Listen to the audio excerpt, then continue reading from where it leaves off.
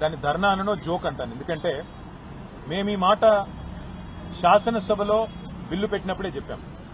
You are cutting a very cruel joke on the backward classes of this state. అంటే బీసీలను మోసం చేస్తూ మీరు దగా చేస్తున్నారు, వంచిస్తున్నారని చెప్పాం.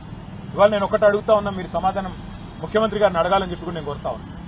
42% రిజర్వేషన్లు అని ఢిల్లీకి వచ్చి డ్రామా చేస్తా ఉన్నారు. నేను కాంగ్రెస్ పార్టీని అడుగుతా ఉన్నా, మీరు బీసీ డిక్లరేషన్ లో ఒక ఈ రిజర్వేషన్ల మాటని ఇయ్యలేదు. మీరు ఏమేం మాటలు చెప్పినారు? సంవత్సరానికి 20,000 కోట్ల బడ్జెట్ ఇస్తామన్నారు. 5 ఏళ్లలో 1,00,000 కోట్ల బడ్జెట్ బీసీలకు ఇస్తామన్నారు. బీసీ సబ్ ప్లాన్ పెడతామన్నారు. 42% రిజర్వేషన్ రాజకీయాల్లోనే కాదు, ఉద్యోగాల్లో, ఉపాధిలో, ప్రభుత్వ కాంట్రాక్టుల్లో కూడా ఇస్తామన్నారు. నేను ముఖ్యమంత్రి గారిని అడుగుతున్నా, ప్రభుత్వాన్ని అడుగుతున్నా, కాంగ్రెస్ పార్టీని అడుగుతున్నా, మీ చేతుల్లో ఉన్నాయేమో చేస్తలేరు.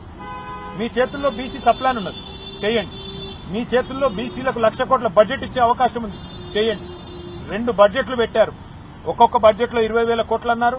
2 బడ్జెట్లు కలిపి కూడా 20,000 కోట్లు పెట్టలేదు. అందులో ఖర్చు అయితే 10,000 కోట్లు కూడా దాటం లేదు. అందుకే మరి ముఖ్యమంత్రి గారిని, ప్రభుత్వాన్ని కోరేది, మీ చేతుల్లో ఉన్న పనులు ముందు చేయండి. అట్లయితేనే బీసీలు నమ్ముతారు. 42% రిజర్వేషన్ ఏ ఒక్క ప్రభుత్వ కాంట్రాక్ట్లను ఇప్పటివరకు ఈ 2 ఏళ్లలో ఇచ్చినారా? ఇవ్వలేదు.